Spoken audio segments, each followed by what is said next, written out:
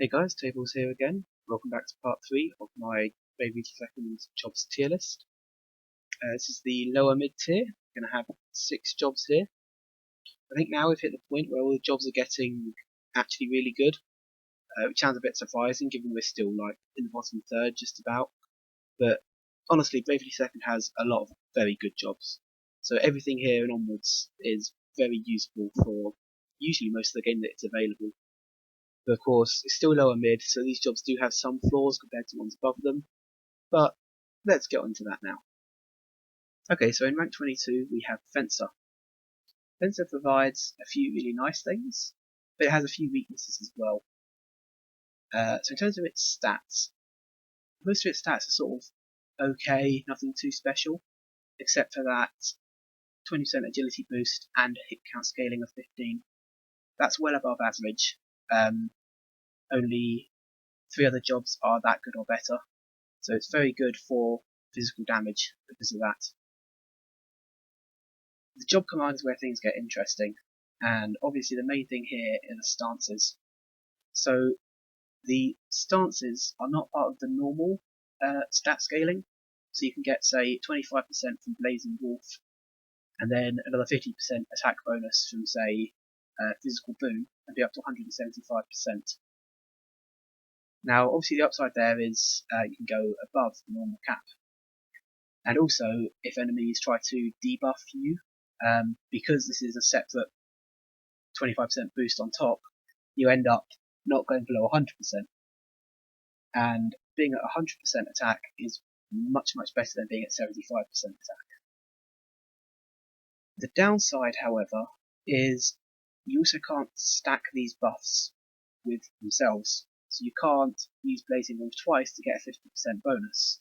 Now this might seem like I'm clutching at straws, or it's a really silly thing to point out, but I think it is important to bear in mind, because with a lot of other stat boosts, you will be going to 50% or 150%, but with the Fencer stances you're only getting 25%, and that does hold it back a little bit. Another upside is that these buffs can't be dispelled or removed in any way except for KOing you, and that means if you are in, say, Wolf stance, you never lose it unless you get KO'd. That said, being KO'd can actually be quite common, especially on hard, if you aren't careful. Obviously the 25% boost you get from Auroch stance can help keep you alive, but on its own that's not going to be enough. I think that's really the key thing, is the buffs are nice, but they're not enough. And when you start adding in other things that can take you to 150% or even 200% with Limit Breaker later in the game, the extra 25% you get from the stances is not usually enough. It's just a little bit extra. Now, that said, the stances can be really good, and you can get some big bonuses from them. Early in the game, with Fencer as a main job, you can, say, Blazing Wolf and then Wolf Fang and Goring Aurochs. Wolf Fang is 5 MP for 30% extra damage, Goring Aurochs is 10 MP for 50%, but you have to be in the right stance to use them. It isn't usually a big deal, so you can just alternate. But that also lets you set up both stances, and if you're in the Fencer main job, you'll keep both due to muscle memory. If you want, you can even Soaring Falcon before using either. Probably not a good idea in random encounters because it just takes extra actions, but in boss fights, getting that 50% speed boost can be quite useful. The damage output you get here is actually pretty good. Because you're getting that 25% physical attack bonus, and then going 30 and 50% alternating extra damage, you end up doing a heck of a lot of extra damage. Because of this, the job is very good at single target damage. Unfortunately, beyond the damage bonuses you're getting from its attacks, I don't find Fencer provides an awful lot else. Its support abilities are pretty weak overall. Muscle memory is not usually worth a slot. Yeah, it's nice to have both the attack and defense buffs at once, and to be able to use the Soaring Falcon and keep that, but it takes a while to set up, and if you get KO'd you're losing everything, has to set it all up again. Stampede, in my experience, is not quite enough to be worth a slot either. Either Wolf, if you're using Fencer, this sort of speeds you up by setting up Wolf stance from the start. If you're not using Fencer, it's an attack booster. Again, if you get KO'd, you're losing it, and you can't get it back. If you're doing chain battles, again, you don't get it from the second one onwards. So it's alright, but it comes quite late at level 8. Sword Law is not that great. Very late in the game, Bloody Wolf, I think, gives the job sort of a second wind of life, because Bloody Wolf is really good. Going straight up to 225% attack with Limit Breaker active. It's a huge boost. Until then, Falcon Claw can be nice as well, but I find the job just kind of falls away in how useful it is in the mid game. It does a lot of things that sound really nice on paper, but because it's single target only and it has a decent MP cost, you can hold it back a little bit, and it's not an amazing main job, and it doesn't really provide many good support abilities.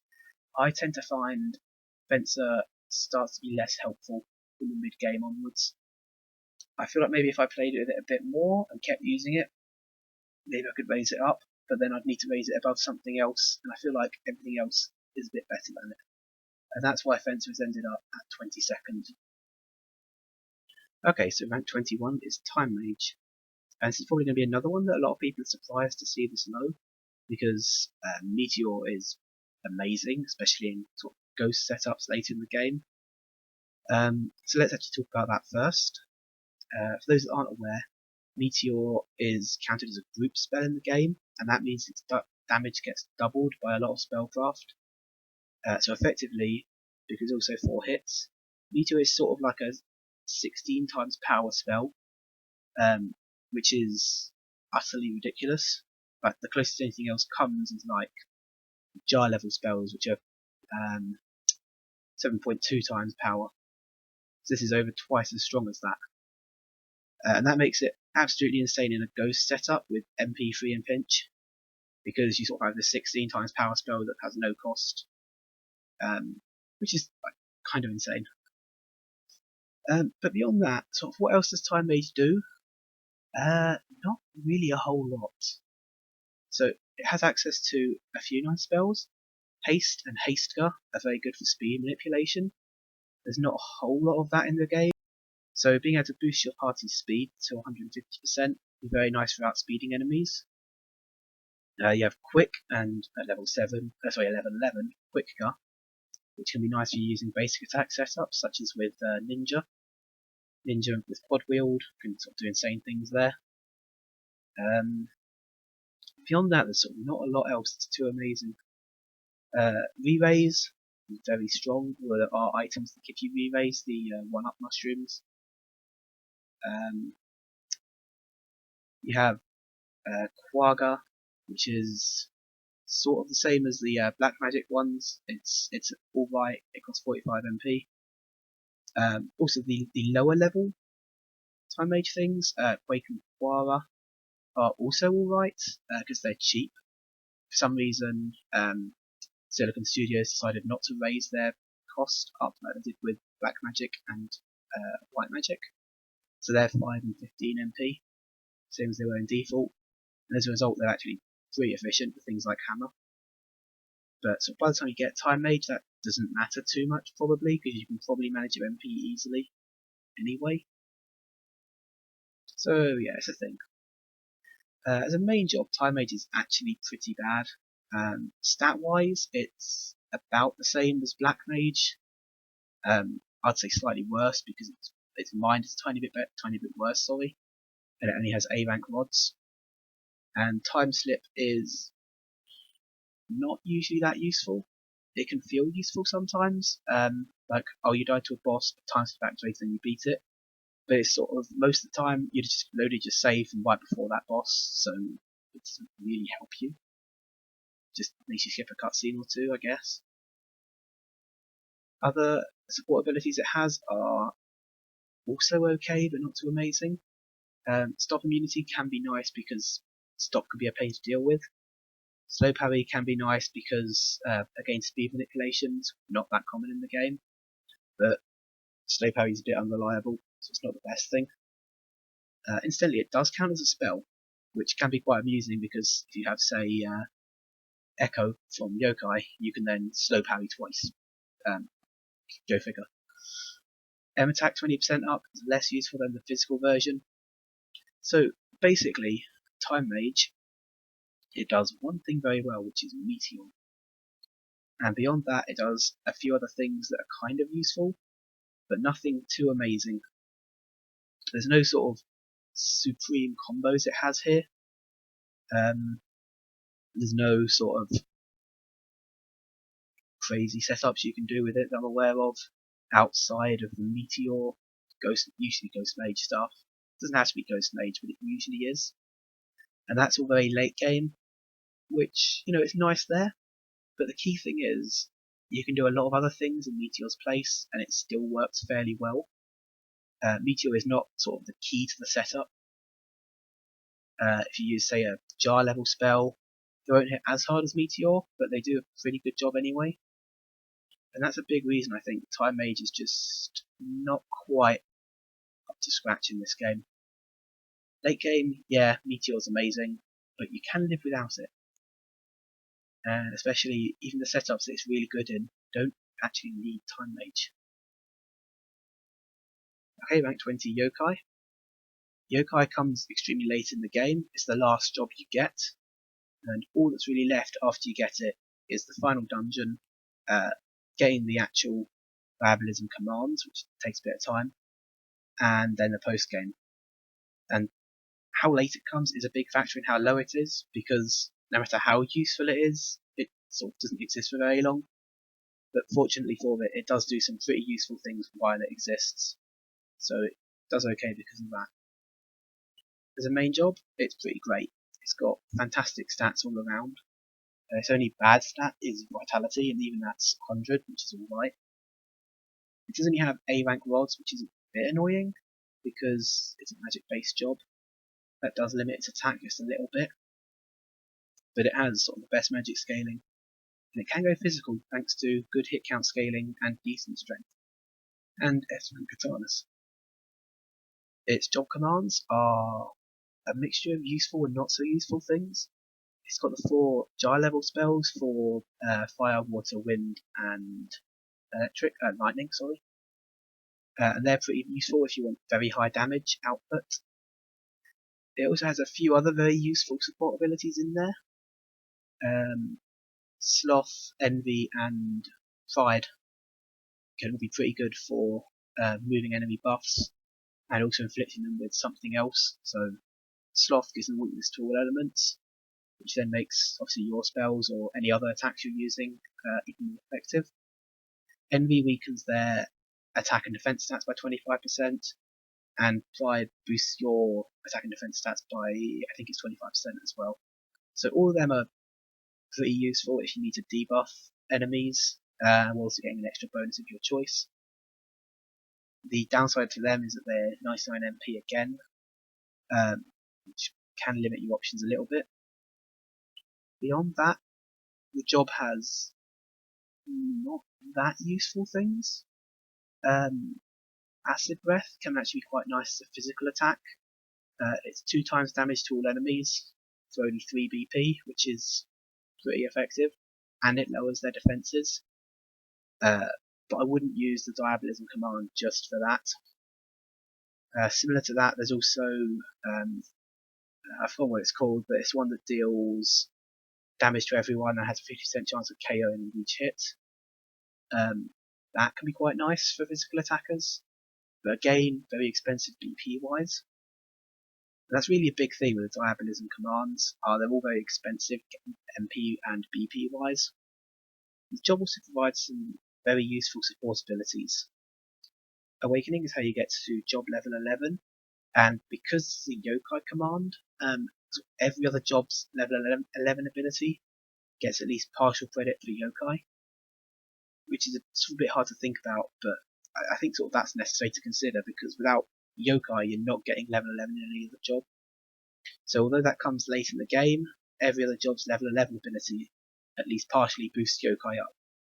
And there's some very good level 11 abilities, such as Undo All, or Iron Wall for Knight, Chain Spell, of course.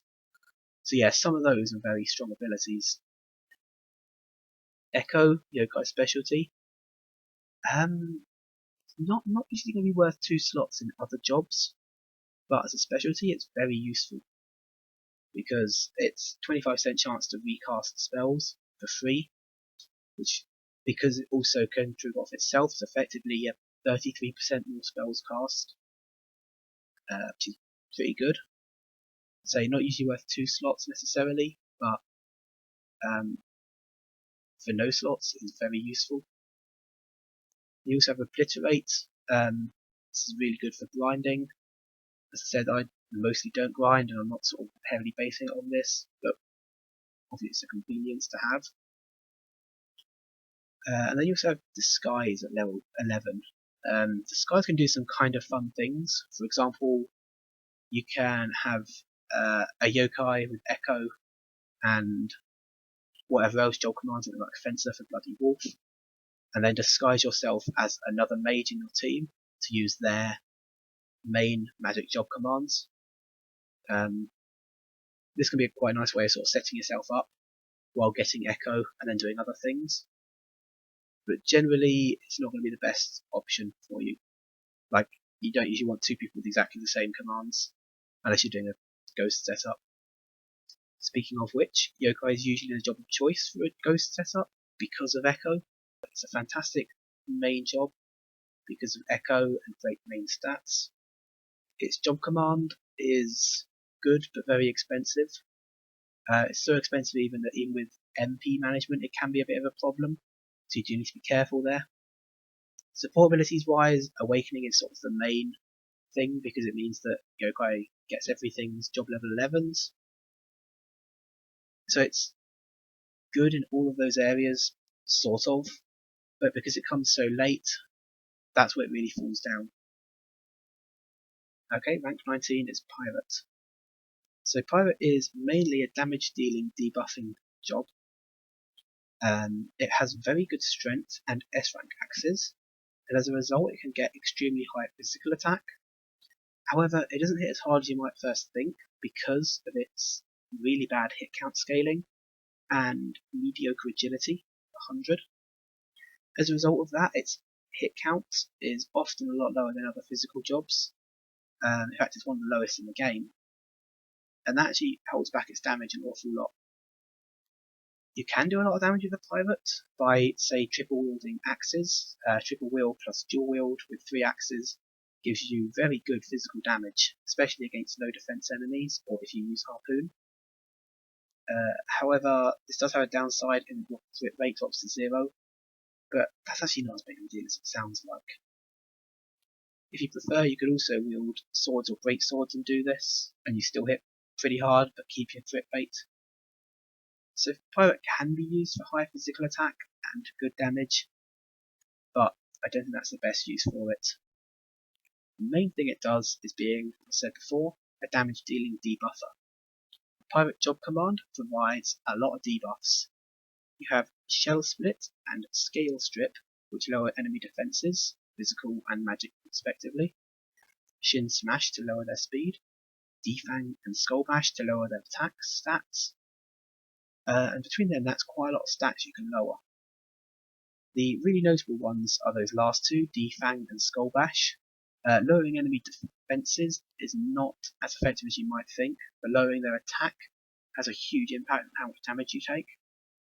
So these can be really effective as job commands on another job.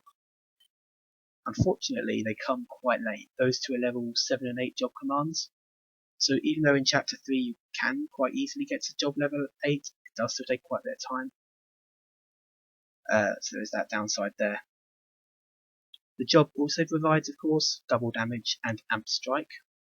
And the cost of these is actually quite reasonable in Bravely Second. It was quite expensive in Bravely Default.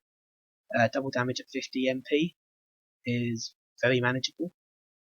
One nice trick I quite like to use with pirates is using steady MP recover from Exorcist. Over 2 turns you'll earn 60 MP, and that's just enough to use double damage plus one other pirate job command that costs 9 MP. So you can sort of alternate those, deal heavy damage and debuff enemies. This is a really nice way of, dealing damage with a single enemy. Amp Strike is a little bit less useful. Usually by the point you get Amp Strike, you could easily be hitting for 10k damage with just double damage. But if you need that extra damage, Amp Strike can be an option, provided you can deal with the MP cost somehow. In terms of support abilities, Pirate doesn't actually provide that much that's that good. Adrenaline Rush is difficult to trigger. It is a huge boost while it lasts at least, but it's hard to reliably get yourself down to 20% or less health without just dying. Axe lore is not the most useful lore. Axes tend to be pretty bad actually in most cases. Bully is quite interesting. The description for it lies. It says it's based on status conditions, actually based on like stat debuffs, which probably makes a lot more sense when you consider that's what Pirate does. Bully is probably not the best damage booster, but it is quite nice. If you can get, say, 4 or 5 debuffs on an enemy, it's 40 or 50% for one slot. That's pretty great, but you need to actually be able to get those debuffs on the enemy in the first place. So, what Pirate does well, debuffs enemies and can hit hard with things like double damage. As a main job, it's got good physical stats. Pirate, though, its other stats are really bad. So it's got mediocre MP, it's got terrible mind, which means you take quite a bit of extra damage. Its dexterity is terrible, so it's not good for basic attacks. And of course, its hit count scaling and magic scaling are the worst in the game. And as a result, actually, Pirate as a main job is not that impressive. Yeah, you get the highest physical attack in the game, but you can't really capitalize on it. So as a main job, it's okay only. In fact, I'd say it's below average. As a job command, it can be pretty nice for single target damage and debuffing. Support abilities, it doesn't provide an awful lot. And really that's the main reason it's where it is. Job command is very good, but that's about all it provides. Okay, rank 18 is Knight. Knight is a job that I'd say is a lot less useful in Bravely Second than it was in default. It comes a lot later in the game, and two-handed is not quite as amazing as it was, but it's still a useful ability. The job provides a few other useful things, and it's got a few cool combos, one of which you've already mentioned being the Templar combo. So, in terms of stats, the job is obviously tanky. It's got 140% vitality, which is the highest of any job, or joint highest. Good HP, and actually above average mind as well. Instantly does mean it can do white magic healing, sort of, but I wouldn't really recommend it. It's got S rank swords and S rank shields, and that can be quite nice because it makes it obviously good for defensive stuff. It also does have A rank spears, which is nice for group attacks. As a job command, Knight provides some very nice things. Stomp is 25% attack bonus, but it lowers your defensive stats for 2 turns. You can sort of get around this penalty a little bit if you default intelligently. For example, if you stomp 4 times from 3 BP, and then the next turn you default, well, because Knight's already quite slow, you only really have to suffer having 75% defenses for one enemy attack, because the next turn you can just default and your damage will be halved anyway. So you can sort of get around that penalty, but you're limiting your options by doing it. Ironclad can be very useful. Maxing out your defense as a knight especially often means you just take almost no damage.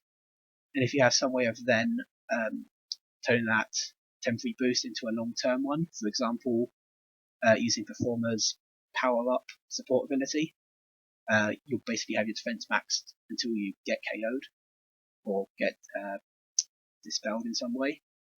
Or you could use Shield Strike to make it into a 2-turn boost.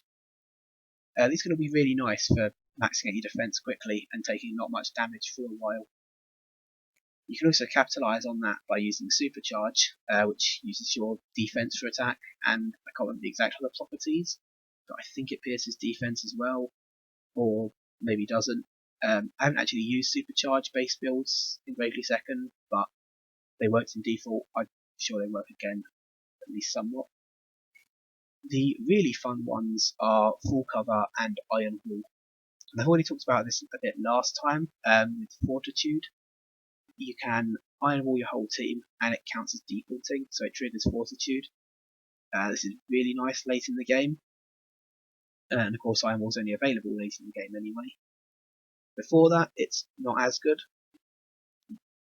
But if you say ironclad and then iron wall, you're protecting the whole team from single target attacks very effectively.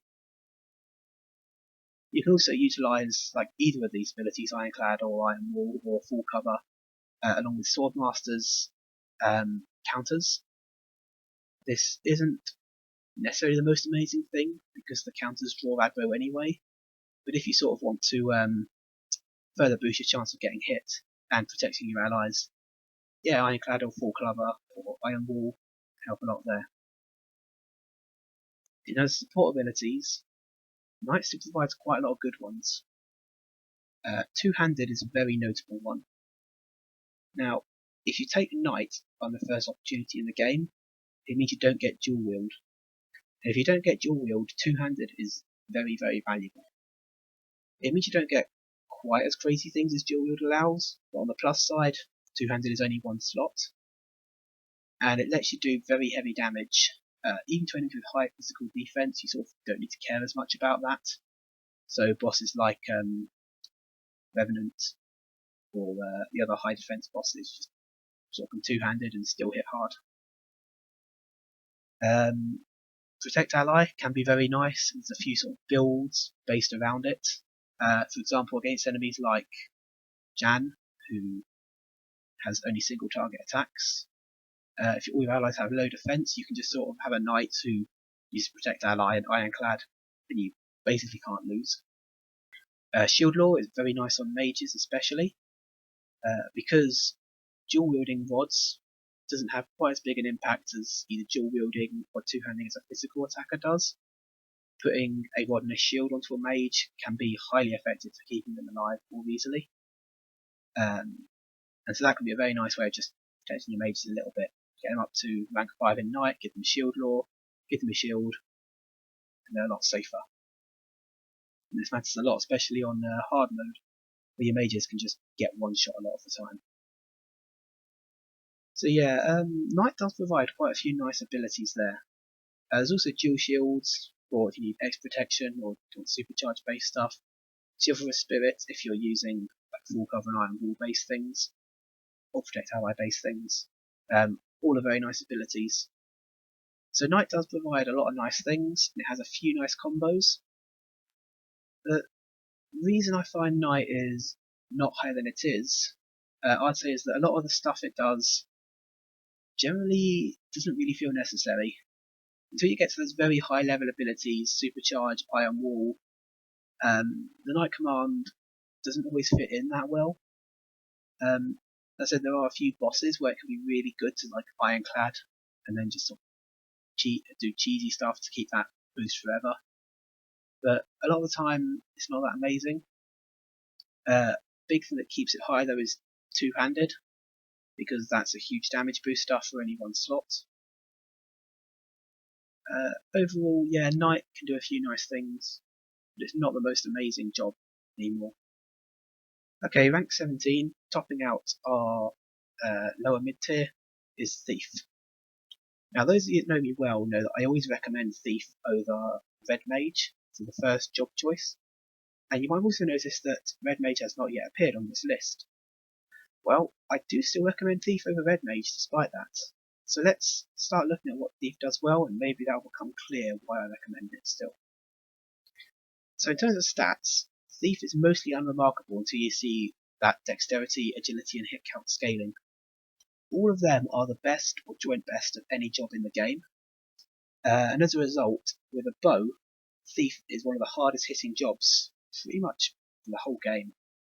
That becomes sort of less relevant later on because you often want to triple wield, but it's still a very useful property even at that point because Thieves just hit so dang hard.